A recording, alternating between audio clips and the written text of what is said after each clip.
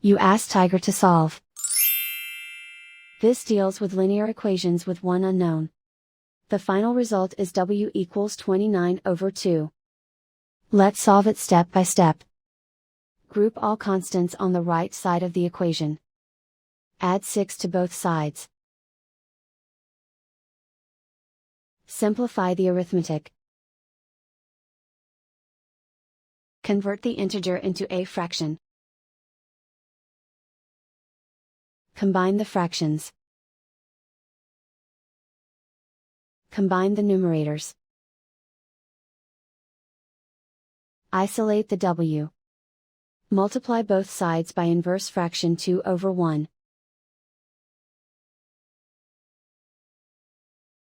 Group like terms.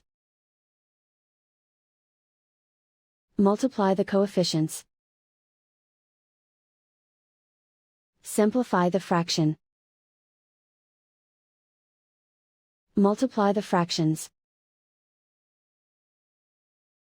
Simplify the arithmetic.